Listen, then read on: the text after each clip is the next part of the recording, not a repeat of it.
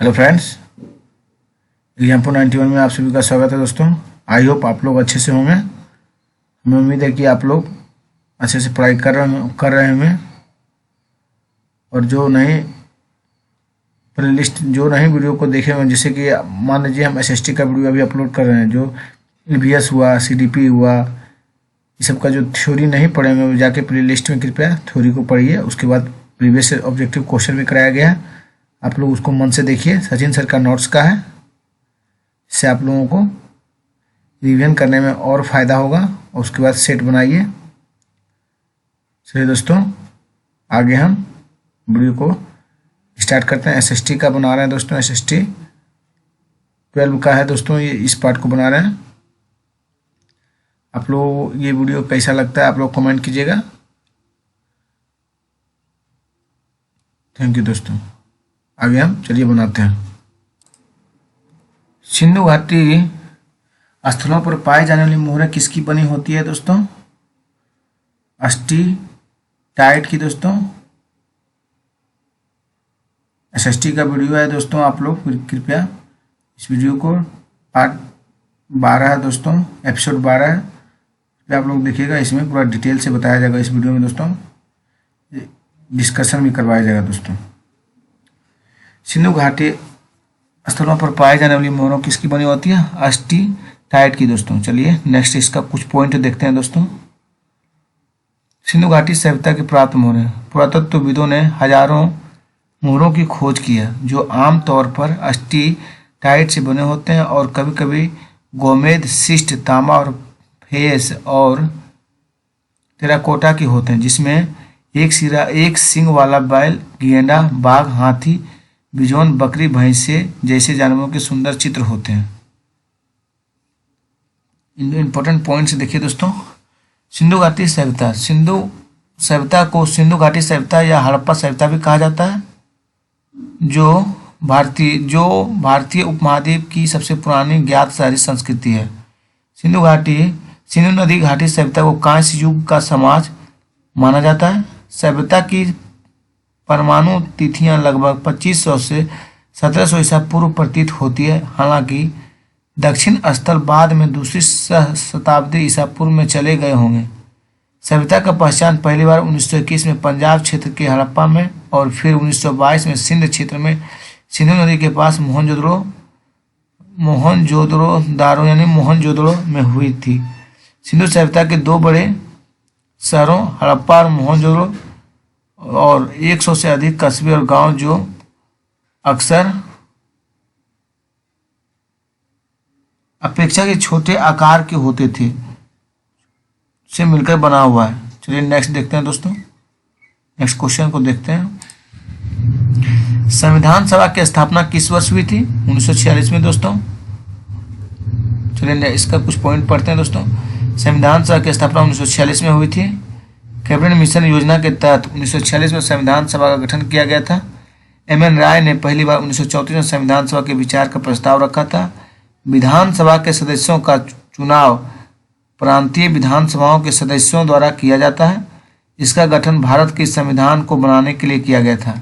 Additional information दोस्तों, doctor सच्चिदानंद संविधान सभा के पहले अस्थायी अध्यक्ष थे और डॉक्टर राजेंद्र प्रसाद अध्यक्ष के रूप में चुना गया था, जबकि हरेंद्र कुमार मुखर्जी उपाध्यक्ष थे दोस्तों। चलिए नेक्स्ट पॉइंट देखते हैं। नेक्स्ट क्वेश्चन देखते हैं दोस्तों। पृथ्वी की सीमा परत डाइस से बनी होती है, सिलिका और मैग्नीशियम की बनी होती है दोस्तों। किसकी बनी होती है? सिलिका और मैग्नीशियम की। चलिए इसके बारे में कुछ अन्य बिंदु पढ़ते हैं दोस्तों, अन्य तथ्य को। पृथ्वी के आंतरिक भाग में 3 परत होती है। एक प्रसिद्ध भूगोलवेत्ता ईसवीएस ने इन 3 परतों को रासायनिक संरचना के बारे में खुलासा किया, जो क्रस्ट, मेंटल और कोर है। इस पॉइंट को याद रखिएगा दोस्तों, की पॉइंट है। पृथ्वी के केंद्र के चारों ओर की सबसे भीतरी परत को कोर कहा जाता है, जिसकी त्रिज्या लगभग 3500 किलोमीटर है। और कोर पृथ्वी की सबसे घनी परत है, जिसका घनत्व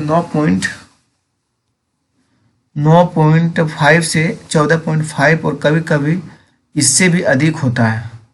यह मुख्य रूप से आयरन और निकेल से बना है। इसलिए इसे आमतौर पर निकेल प्लस फेरम के रूप में जाना जाता है। कोर में दो उप परतें होती है, भीतरी ठोस है और बाहरी अर्ध तरल है दोस्तों। कोर के चारों ओर की परत मेंटल के रूप में जाना जाता है, जो लगभग 2900 किलोमीटर मोटी चट्टान का खोल है और मूल सिलिकेट्स से बना है। मेंटल के प्रमुख घटक तत्व मैग्नीशियम और सिलिकॉन है, इसलिए इस परत को सीमा यानी सिलिका प्लस मैग्नीशियम कहा जाता है। इस परत का घनत्व 3.3 से 5.7 के बीच होता है। मेंटल पृथ्वी की सबसे बाहरी परत से घिरा हुआ है, जिसे लिथोस्फेरिक क्रस्ट या केवल क्रस्ट के रूप में जाना जाता है। इसका घनत्व 2.70 से 2.95 तक भिन्न होता है दोस्तों। स्थल मंडल के प्रमुख घटक तत्व सिलिका, एसआई और एल्युमिनियम एल से सूचित किया जाता है दोस्तों। इस प्रकार इस परत को सियाल यानी सिलिका प्लस एल्युमिनियम कहते हैं। यह आमतौर पर लगभग 8 से 40 किलोमीटर मोटा होता है, इसलिए पृथ्वी की सीमा परत सिलिका और मैग्नीशियम से बनी होती है दोस्तों। चलिए नेक्स्ट देखते हैं दोस्तों आगे क्वेश्चन को। भारत के संविधान के तहत निम्नलिखित में कौन सा एक मौलिक अधिकार के साथ साथ एक मानवाधिकार भी है? दोस्तों शिक्षा का अधिकार मौलिक अधिकार के साथ साथ मानवाधिकार भी है दोस्तों। चलिए इसके अन्य तथ्य देखते हैं दोस्तों। शिक्षा का अधिकार, मानवाधिकार का उद्देश्य लोगों को सम्मान के साथ जीवन प्रदान करना और ये दुनिया भर में अपरिवर्तनीय है। मौलिक अधिकार विभिन्न राष्ट्रों के अपने क्षेत्र में मूल अधिकारों की रक्षा करने के अधिकार हैं। भारत में शिक्षा का अधिकार अनुच्छेद 21A के तहत जीवन के अधिकार भारतीय संविधान के अनुच्छेद 21 के एक उपखंड के रूप में मौलिक अधिकार के रूप में प्रदान किया गया है। मूल रूप से भारतीय संविधान के भाग 4 DPSP के अनुच्छेद 45 से और अनुच्छेद 39F के राज्य वित्त पोषित होने के साथ समान और सुलभ शिक्षा का प्रावधान था। शिक्षा के अधिकार पर पहला आधिकारिक दस्तावेज 1990 में राय मूर्ति समिति की रिपोर्ट थी। 1993 में उन्नी कृष्णा JP बनाम आंध्र प्रदेश राज्य और अन्य में सुप्रीम कोर्ट के ऐतिहासिक फैसले ने कहा कि शिक्षा अनुच्छेद 21 से बहने वाला एक मौलिक अधिकार है।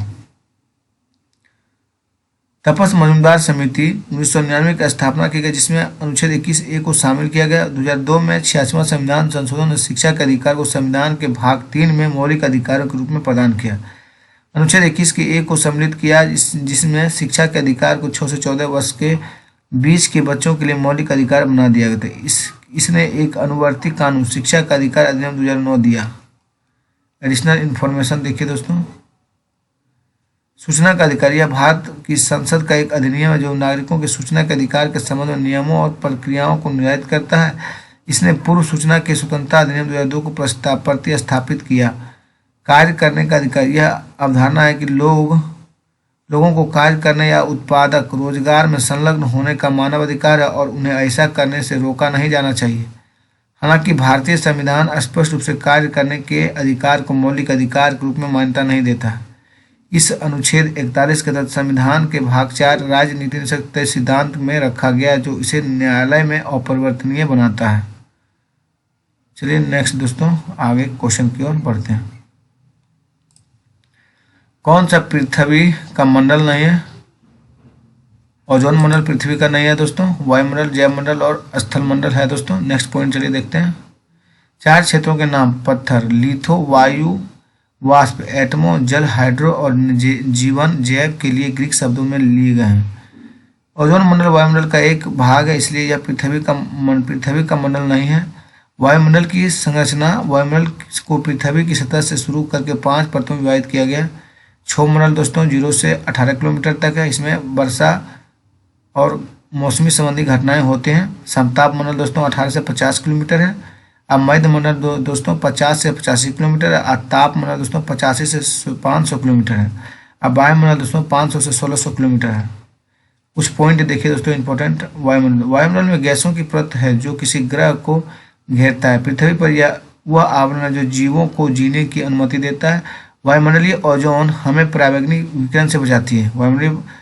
वायुमंडलीय ओजोन क्या बचाता है? हमें पराबैंगनी विकिरण से बचाती है दोस्तों। समताप मंडल के ऊपरी हिस्से में ओजोन गैस की लगभग 25 किलोमीटर मोटी परत जिसे ओजोन मंडल के रूप में जाना जाता है जीवित चीजों के लिए सुरक्षा कवच का काम करता है।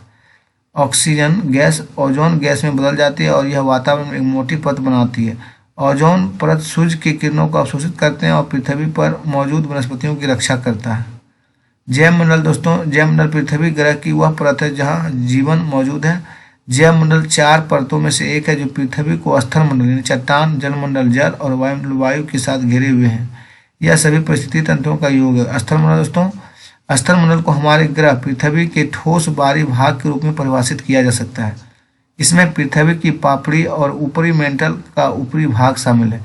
यह पृथ्वी की सतह से लगभग 80 से 100 किलोमीटर की गहराई तक फैला हुआ है। शब्द लिथोस्फीयर ग्रीक शब्द लिथोस जिसका अर्थ चट्टान और स्फीयर्स जिसका अर्थ मंडल के संयोजन से बना है। चलिए नेक्स्ट देखते हैं दोस्तों आगे क्वेश्चन।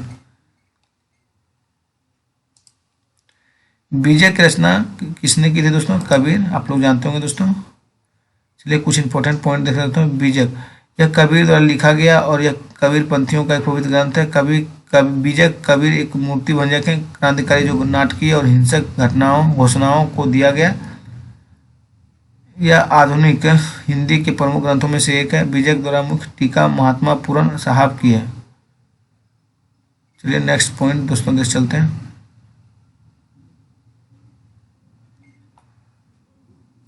टाइम कमाए हुए दोस्तों। भारत के मुख्य पर्वत श्रृंखला में शामिल नहीं है तो हिंदकुश नहीं है शामिल दोस्तों। विंध्य अरावली और सतपुड़ा दोस्तों हिंदकुश आपका अफगानिस्तान में पड़ता है दोस्तों। चलिए कुछ पॉइंट देखते हैं। भारत की मुख्य पर्वत श्रृंखला हिंदकुश श्रेणी शामिल नहीं है। द हिंदुकुश एक पर्वत श्रृंखला है जो 800 किलोमीटर लंबी है और अफगानिस्तान, उत्तरी पाकिस्तान और तजाकिस्तान से होकर गुजरती है। पाकिस्तान के त्रिचालीस जिले में स्थित माउंट तिरिच मंदिर हिंदुकुश श्रेणी का सबसे ऊंचा पर्वत है दोस्तों। एडिशनल पॉइंट में देखिए दोस्तों, विंध्य श्रृंखला पश्चिम मध्य भारत में पहाड़ियों और ऊंची पहाड़ियों और पठार की टूटी हुई श्रृंखला की एक श्रृंखला है। विंध्य श्रृंखला गुजरात, उत्तर प्रदेश, बिहार और छत्तीसगढ़ में विस्तारित है। अरावली की पहाड़ियाँ दुनिया की सबसे पुरानी पर्वतमाला में से एक है और जो उत्तर पश्चिमी की ओर प्रायद्वीपीय पठार की ओर जाती है। गुरु शिखर अरावली श्रृंखला की सबसे ऊंची चोटी है। अरावली रेंज दिल्ली के पास से शुरू होती है और हरियाणा और राजस्थान को पार करती है। सतपुड़ा श्रृंखला मध्य भारत की पहाड़ियों को एक श्रृंखला जो गुजरात से निकलती है और फिर महाराष्ट्र और मध्य प्रदेश को पार करती है, छत्तीसगढ़ से समाप्त होती है। पश्चिम पंचमढ़ी में स्थित धूपगढ़ सतपुड़ा रेंज का उच्चतम बिंदु है दोस्तों। चलिए नेक्स्ट दोस्तों आगे। 1857 के विद्रोह के दौरान निम्नलिखित में कौन दिल्ली में भारतीय सिपाहियों का नेता था? आप लोग जानते होंगे दोस्तों, बख्त खान था दोस्तों। बहादुर शाह जफर का सेनापति दोस्तों बख्त खान था। चलिए आगे देख लेते हैं इसका इंफॉर्मेशन कुछ इंपॉर्टेंट। 1857 विद्रोह को सिपाही विद्रोह में भारत का प्रथम स्वतंत्रता संग्राम भी कहा जाता है। इसकी शुरुआत 10 मई 1857 को मेरठ में ब्रिटिश ईस्ट इंडिया कंपनी की सेना के सिपाहियों के विद्रोह में हुई थी। बहुत लंबा एडिशनल पॉइंट है दोस्तों। चलिए आगे पढ़ते हैं। भारत में मैंग्रोव वनस्पति देश में सबसे अधिक पाई जाती है। आप लोग जानते हैं दोस्तों सुंदरवन। जैसे सुंदरवन के बारे में कुछ पढ़ते हैं। देश की अधिकांश मैंग्रोव वनस्पति पूर्वी और पश्चिमी तटों पर पाई जाती है। भारतीय सुंदरवन वन क्षेत्र में दुनिया में तीसरा सबसे बड़ा संलग्न मैंग्रोव वनस्पति क्षेत्र है। मैंग्रोव वन मुख्य रूप से 25 डिग्री उत्तर से 25 डिग्री दक्षिण अक्षांशों के बीच गर्म और उष्णकटिबंधीय क्षेत्रों में पाया जाता है। भारत वन स्थिति रिपोर्ट 2019 के अनुसार देश में कुल मैंग्रोव वन 4,975 किलोमीटर है जो देश में कुल भौगोलिक क्षेत्रफल का 0.15% है। देश के 4 सबसे अधिक मैंग्रोव कवर राज्य हैं। पश्चिम बंगाल 42.25% और गुजरात 23.66%। अंडमान और निकोबार द्वीप समूह 12.39% दोस्तों। आंध्र प्रदेश 8.12%। मैंग्रोव वन आवरण में सर्वाधिक वृद्धि दर्ज करने वाला 3 राज्य दोस्तों। गुजरात 37 किलोमीटर है, महाराष्ट्र 16 किलोमीटर और उड़ीसा 8 किलोमीटर दोस्तों। चलिए नेक्स्ट पॉइंट दोस्तों। किस गवर्नर जनरल को भारत में स्थानीय स्वशासन का जनक कहा जाता है? लॉर्ड रिपन को आप लोग जानते होंगे दोस्तों। चलिए इंपॉर्टेंट पॉइंट देखते हैं। Lord Ripon British governor general को भारत में स्थानीय स्वशासन का जनक कहा जाता है। लॉर्ड रिपन एक ब्रिटिश वायसराय थे जिन्होंने 1882 में स्थानीय निकायों को व्यापक अधिकार और शक्तियाँ दी।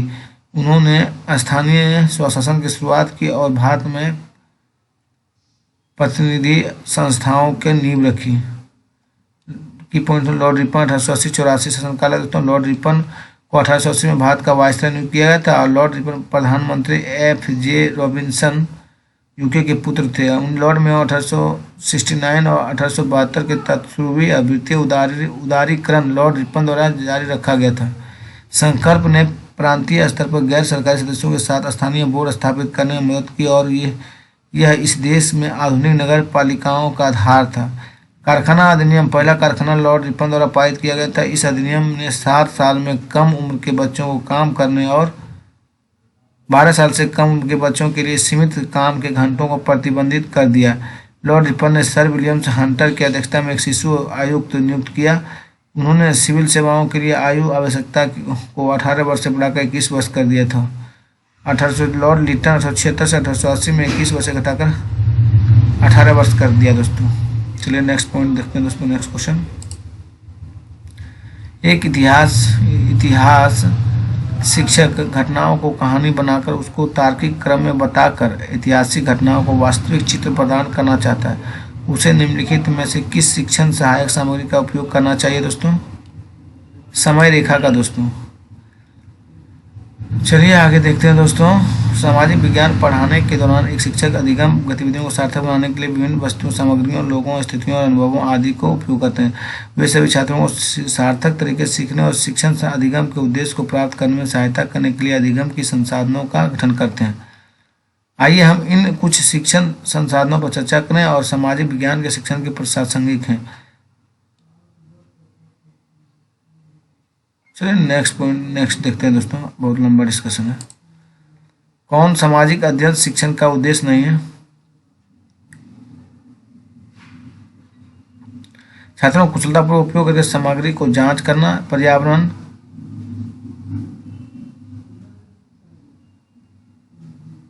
उद्देश्य नहीं है तो याद रटन विद्या नहीं होगा दोस्तों, यही सही होगा। छात्र में मुख्य अवधारणाओं को याद करने के लिए तैयार करना, ये नहीं होगा दोस्तों। जो होगा उसको पढ़िए दोस्तों। सामाजिक अध्ययन शिक्षण के उद्देश्यों में शामिल अपने परिवेश की सांस्कृतिक विरासत की सराहना करना और प्राकृतिक, सामाजिक और सांस्कृतिक परिवेश की खोज और समझ प्राप्त करना, छात्र में नेतृत्व की विशेषता का निर्माण करना, पर्यावरण के संबंधित समस्याओं को विश्लेषण और निष्कर्ष निकालना और छात्रों को अपने समुदाय के कल्याण में योगदान देने और एक आदर्श नागरिक तैयार करने के लिए समाज के सक्रिय सदस्य बनना। सामाजिक आर्थिक संस्थाओं जैसे शिक्षा, आय और धन, बच्चों के सामाजिक विकास आदि पर निर्भर विभिन्न गतिविधियों में रुचि लेना, छात्रों को कुशलतापूर्वक उपयोग करने के लिए विषय वस्तु की परख करने में सक्षम बनाना, अर्थात उत्पादक विषय वस्तु को अनुत्पादक से अलग करना। यह निष्कर्ष निकाला जा सकता है कि छात्रों को मुख्य अवधारणाओं को याद रखने के लिए तैयार करना सामाजिक अध्ययन पढ़ाने का उद्देश्य नहीं है। चलिए नेक्स्ट पॉइंट देखते हैं दोस्तों आगे। भारतीय महाद्वीपीय महासागर ये धाराओं अर्थात विश्व में विभिन्न महासागरों में धाराएं वास्तव में कैसे प्रभावित होती है सिखाने के लिए निम्नलिखित में कौन सी सबसे अच्छी शिक्षण सहायक सामग्री है? कार्यकारी मॉडल दोस्तों। मॉडल त्रिआयामी दृश्य सहायक सामग्री वे आकार, आकृति और छोड़कर सभी तरह के वास्तविक चीजों का प्रतिनिधित्व करते हैं। बड़ी वस्तुओं को छोटे आकार में छोटा कर दिया जाता है ताकि छात्रों द्वारा उन्हें अधिक सटीकता के साथ देखा जा सके। मॉडल सरल, अस्थिर, अनुभागीय या कार्यकारी होते हैं। सिंधु घाटी सभ्यता लोग द्वारा पूजे जाने वाले देवी देवताओं को एक सरल मॉडल तैयार कर विद्यार्थियों को दिखाए जा सकते हैं। पृथ्वी के अनुभागीय मॉडल में उदाहरण के लिए पृथ्वी के सभी भागों को अलग किया जा सकता है, छात्रों को दिखाया जा सकता है और प्रतिस्थापित किया जाता है। कार्यकारिणी मॉडल दोस्तों उपयोग वास्तविक वस्तु के वास्तविक संचालन का कार्य को दिखाने के लिए किया जाता है। महाद्वीपीय महासागरीय धाराओं का एक कार्यशील मॉडल प्रदर्शित करेगा कि वास्तव में विश्व के विभिन्न महासागरों में धाराएं कैसे प्रभावित होती है। सामाजिक अध्ययन की विभिन्न विषय वस्तु को दर्शाने के लिए विभिन्न प्रकार के मॉडल तैयार किए जा सकते हैं। चलिए नेक्स्ट देखते हैं दोस्तों आगे क्वेश्चन। नेक्स्ट क्वेश्चन, एक सामाजिक विज्ञान के शिक्षक के रूप में आप कहाँ की शिक्षण अधिगम प्रक्रिया में किसे महत्व नहीं देंगे? दोस्तों मुख्य अवधारणाओं को रटना ये गलत हो जाएगा दोस्तों। निगेटिव के साथ निगेटिव दोस्तों रटना निगेटिव वर्ड है दोस्तों और निगेटिव में निगेटिव गया दोस्तों। चलिए पढ़ते हैं डिटेल। शिक्षा आयोग की पॉइंटें देख लेते हैं दोस्तों। 1964 से 1967 में टिप्पणी की सामाजिक अध्ययन के शिक्षण का उद्देश्य छात्रों को उनके पर्यावरण, मानवीय संबंधों, समाज और दृष्टिकोण और मूल्यों का ज्ञान प्राप्त करने में मदद करना, और जो समुदाय, राज्य और राष्ट्र को विश्व के मामले में शिक्षित भागीदारी के लिए महत्वपूर्ण है। भारत में अच्छी नागरिकता और भावनात्मक एकीकरण के लिए विकास के लिए सामाजिक अध्ययन एक प्रभावी कार्यक्रम आवश्यक है। उच्च प्राथमिक और प्राथमिक विद्यालय स्तर पर सामाजिक विज्ञान अधिगम के सामान्य उद्देश्य इस प्रकार हैं: छात्रों को उनके भौगोलिक, सामाजिक और सांस्कृतिक परिवेश में परिचित करना और छात्रों में सामाजिक क्षमता और सामाजिक प्रतिबद्धता को भावना विकसित करना, लोगों में लोकतांत्रिक नागरिकता के गुणों का विकास करना और छात्रों में देशभक्ति, राष्ट्रीय भावना और आंतरिक समझ की भावना का विकास करना, छात्रों को सामाजिक आर्थिक संस्थाओं में भाग में मदद करना और छात्रों को वर्तमान आगामी सामाजिक मुद्दे चुनौतियों को हल करने में प्रशिक्षित करना और छात्रों को नैतिक मूल्यों, भावनात्मक गुणों और अपनेपन की भावना का विकास करना। चलिए नेक्स्ट क्वेश्चन देखते हैं दोस्तों। उच्च प्राथमिक कक्षाओं में सामाजिक अध्ययन के शिक्षण के लिए निम्नलिखित में से वांछनीय अभ्यास माना जा सकता है। दोस्तों सभी हो जाएगा ये। अधिगम की प्रक्रिया में सक्रिय रूप से शामिल करके बच्चों को गहन चिंतन, समस्या समाधान और रचनात्मक को विकसित करना और छात्रों को अपने समुदाय के सदस्यों के साथ सामाजिक अंतर्क्रिया द्वारा अपने समुदाय का पता लगाने की अनुमति देना और छात्रों को अपने परिवेश को समझने के लिए परिवेश के साथ अंतर्क्रिया करके अधिक अवसर प्रदान करना। दोस्तों चलिए इसको डिटेल पढ़ते हैं इसको। दोस्तों माध्यमिक शिक्षा आयोग 1952-53 सुझाव दिया कि भारतीय शिक्षा में एक शब्द के रूप में सामाजिक अध्ययन अपेक्षाकृत नया है। इसका उद्देश्य पारंपरिक रूप से इतिहास, भूगोल, अर्थशास्त्र, नागरिक शास्त्र आदि से संबंधित आधार को सम्मिलित करना है। इसलिए अध्ययन के लिए इस संपूर्ण समूह को एक सघन पूर्ण के रूप में देखा जाना चाहिए, जिसका उद्देश्य छात्रों को उनके सामाजिक परिवेश, जिसमें परिवार, समुदाय, राज्य और राष्ट्र शामिल है, दोस्तों आयोजित करना। राष्ट्रीय पाठ्यचर्या रूपरेखा 2005 दोस्तों के अनुसार सामाजिक विज्ञान समाज के विविध सरोकारों को समाहित करना और इसमें इतिहास, भूगोल और राजनीतिक विज्ञान, अर्थशास्त्र, समाजशास्त्र और नवीन विज्ञान के विषयों में तैयार की गई विषय वस्तु को करता है। दोस्तों चलिए नेक्स्ट क्वेश्चन देखते हैं दोस्तों।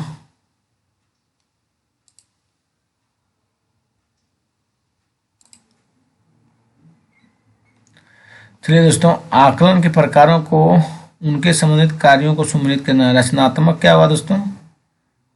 सर 2 होगा दोस्तों। रचनात्मक हो जाएगा 1 का 2। विषय वस्तु में निपुणता को जानना हो जाएगा रचनात्मक, विषय वस्तु में निपुणता को जानना। योगात्मक हो जाएगा दोस्तों 2 का 1, शिक्षार्थी को प्रमाणित करना। निंदनात्मक हो जाएगा दोस्तों अधिगम की कठिनाइयों को हल करना, निंदनात्मक दोस्तों। स्थानम दोस्तों 4 हो जाएगा दोस्तों, स्थानम 3 हो जाएगा, परिवेश व्यवहार को जानना। दोस्तों चलिए नेक्स्ट देखते हैं दोस्तों।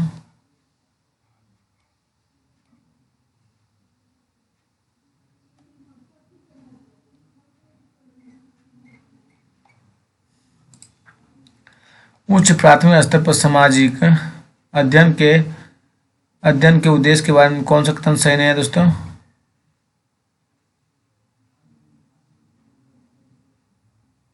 छात्रों को अपने समाजिक परिवेश समावित करने में सक्षम, सभी स्तरों का समुदाय का अध्ययन, लोगों को एक दूसरे के साथ उनकी बातचीत का अध्ययन, छात्रों को अपने दम पर सांस्कृतिक कार्यक्रम आयोजित करने का सक्षम बनाना। दोस्तों यही नहीं होगा दोस्तों। चलिए नेक्स्ट देखते हैं दोस्तों आगे। सामाजिक अध्ययन के शिक्षण द्वारा पूछा गया निम्नलिखित कौन सा प्रश्न ब्लूम के वर्गीकरण द्वारा सुझाया गए प्रकारों के अनुप्रयोग पर आधारित प्रश्न है। जब नई दिल्ली में समय दोपहर 12 बजे होगा तो प्रेस में क्या होगा? यही होगा दोस्तों।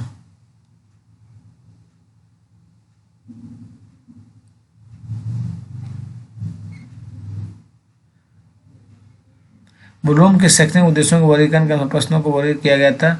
ज्ञान या साधारण समझ। भारतीय संविधान की मुख्य विशेषता क्या है? समझ या बोध। ज्वालामुखी से आपका क्या अर्थ होता है? अनुप्रयोग, सूचना का उपयोग करना। प्रेस में क्या समय होगा जब नई दिल्ली में समय दोपहर 12 बजे होगा? यहाँ छात्र व्यवहारिक जीवन में अपने अर्जित ज्ञान की जांच करने के लिए सीखी गई अवधारणाओं को या ज्ञान को लागू करेगा। विश्लेषण, एक या विश्लेषण या एक विचार को अलग करना। स्वतंत्र भारत पर ब्रिटिश शासन का क्या प्रभाव है। संश्लेषण एक साथ कुछ नया रखना, मतलब ब्रिटेन के युद्ध के दौरान आप जर्मनी की रणनीति में कैसे सुधार करेंगे। मूल्यांकन निर्णय लेना और बचाव करना, क्या आप सरकार के संसदीय स्वरूप के पक्ष में हैं और क्यों। यह निष्कर्ष निकाला गया कि पेरिस में क्या समय होगा जब नई दिल्ली में समय दोपहर 12 बजे होगा। सामाजिक अध्ययन शिक्षक द्वारा पूछा गया ये एक प्रश्न एक प्रकार का अनुप्रयोग आधारित प्रश्न है जिसे ब्लूम वर्गीकरण का द्वारा सुझाया गया है। चलिए नेक्स्ट देखते हैं दोस्तों। सामाजिक अध्ययन शैक्षिक मौलिक अधिकारों के विषय में पढ़ा रहा है और शिक्षण प्रक्रिया के बीच में छात्रों के बोध स्तर का आकलन करना चाहता है। तो कौन सा प्रकार का आकलन इसके लिए सबसे उपयुक्त है। रचनात्मक है दोस्तों। चलिए दोस्तों रचनात्मक इसको डिटेल देख लेते हैं दोस्तों। आकलन छात्र के उस बोध को निर्धारित करता है कि क्या पढ़ाया जा रहा है और वे इसे अपने दैनिक जीवन में कितनी अच्छी तरह से लागू कर सकते हैं। सामाजिक अध्ययन में आकलन महत्वपूर्ण है क्योंकि यह शिक्षक को अपने छात्रों के स्तर का बोध कराता है। आकलन का प्राथमिक उद्देश्य यह सुनिश्चित करना है कि शिक्षकों द्वारा तैयार किए गए अधिगम के उद्देश्यों को उचित आकलन विधियों के माध्यम से प्राप्त किया जाता है। स्क्रिपवेन 1991 से इस प्रकार परिभाषित किया गया। रचनात्मक मूल्यांकन आमतौर पर किसी कार्यक्रम या उत्पाद व्यक्ति इसी तरह अन्य के विकास या सुधार के दौरान किया जाता है। यह कार्यक्रम के आंतरिक कर्मचारियों के लिए सुधार करने की सीमा के साथ अक्सर एक से अधिक बार आयोजित किया जाता है। रचनात्मक मूल्यांकन करने का उद्देश्य शिक्षार्थी के अधिगम की प्रगति की निगरानी करना यह जानने के लिए भी आयोजित किया जाता है कि अधिगम के उद्देश्यों को प्राप्त किया गया है या नहीं प्राप्त किया गया है। रचनात्मक मूल्यांकन के उदाहरण शिक्षकों का नियमित कक्षा अवलोकन इकाई, अंत परीक्षा, मानसिक परीक्षा, त्रैमासिक परीक्षा, अर्धवार्षिक परीक्षा आदि है। यह शिक्षक की उपलब्धि बनाने के लिए विषयों में शिक्षार्थी की प्रगति और निर्देशात्मक उद्देश्यों और कार्यक्रम को प्रभावशाली के बारे में प्रतिक्रिया प्रदान करता है। चलिए नेक्स्ट क्वेश्चन दोस्तों। शिक्षक ने कक्षा 6 के छात्रों के दुनिया के एक रूपरेखा मानचित्र में महाद्वीपों की रूपरेखा को काटने का निर्देश दिया। उन्हें उनके घटते आकार के अनुसार व्यवस्थित करने के लिए कहा। इस गतिविधि के माध्यम से निम्नलिखित में कौन सा उद्देश्य पूरा किया जा रहा है। उन्हें दुनिया के मानचित्र के बारे में जानने की प्रोत्साहन किया। नहीं, छात्रों को विभिन्न महाद्वीपों का आकार निरीक्षण दोस्तों आकार निरीक्षण और तुलना और विश्लेषण करने की अनुमति देना है दोस्तों। चलिए नेक्स्ट क्वेश्चन पे दोस्तों। कौन एक सुनामी का कारण बन सकता है। भूकंप सुनामी का कारण बन सकता है दोस्तों।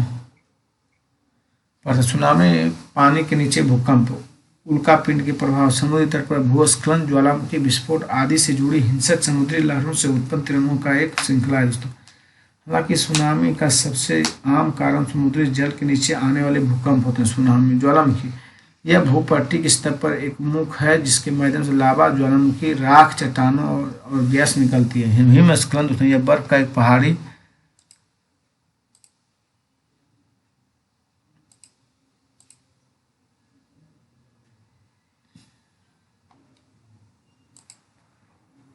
नीचे की ओर तेजी से प्रवाह है दोस्तों। तूफान यह हवा के तेजी से घूमने वाले स्तंभ का एक ऊर्ध्वाधर फनल है जो एक वज्र ध्वनि के साथ वाली तूफानों से जमीन तक फैलता है। भूकंप दोस्तों भूकंपीय तरंगों के कारण होता है जो पृथ्वी की भूपट्टी में अचानक आंदोलन के कारण उत्पन्न होते हैं।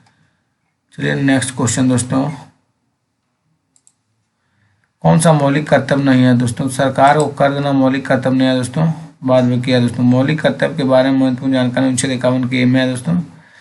भाग 4 के में अंकुर मौलिक कर्तव्य 42वां संविधान 1976 द्वारा जोड़ा गया दोस्तों। रूस से उधार लिया हुआ है। स्वर्ण सिंह समिति द्वारा अनुशासित है दोस्तों।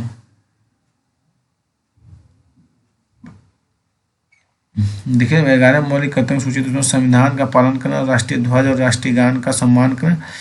स्वतंत्रता संग्राम के आदर्शों को पालन करें। भारत की संप्रभुता और अखंडता की रक्षा करें। देश की रक्षा करें और आह्वान करने पर राष्ट्रीय सेवाएं प्रदान करें।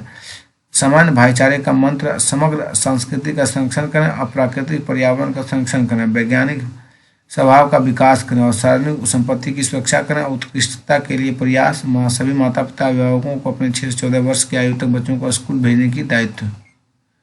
11 मौलिक कर्तव्य थे दोस्तों ये। भारत में सर्वोच्च न्यायालय के न्यायाधीशों को कार्य कौन आवंटित करता है दोस्तों? भारत के मुख्य न्यायाधीश करते हैं दोस्तों। सर्वोच्च न्यायालय 1966 की प्रक्रिया के नियम और भारत के संविधान के अनुच्छेद 145 में भारत के मुख्य न्यायाधीश को अन्य न्यायाधीशों को सभी कार्य आवंटित करने की शक्ति प्रदान की गई।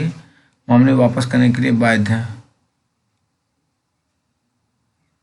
चलिए नेक्स्ट क्वेश्चन दोस्तों आगे। गंधार है दोस्तों, तक्षशिला 1 का डी है दोस्तों। और अवंती आप जानवे करते हैं उज्जैन है दोस्तों, बी है। और मगध है दोस्तों, मगध आपका पाटलिपुत्रा है दोस्तों। और कौशल जानते हैं दोस्तों, अयोध्या कौशल अयोध्या नगरी है। चलिए नेक्स्ट दोस्तों आगे।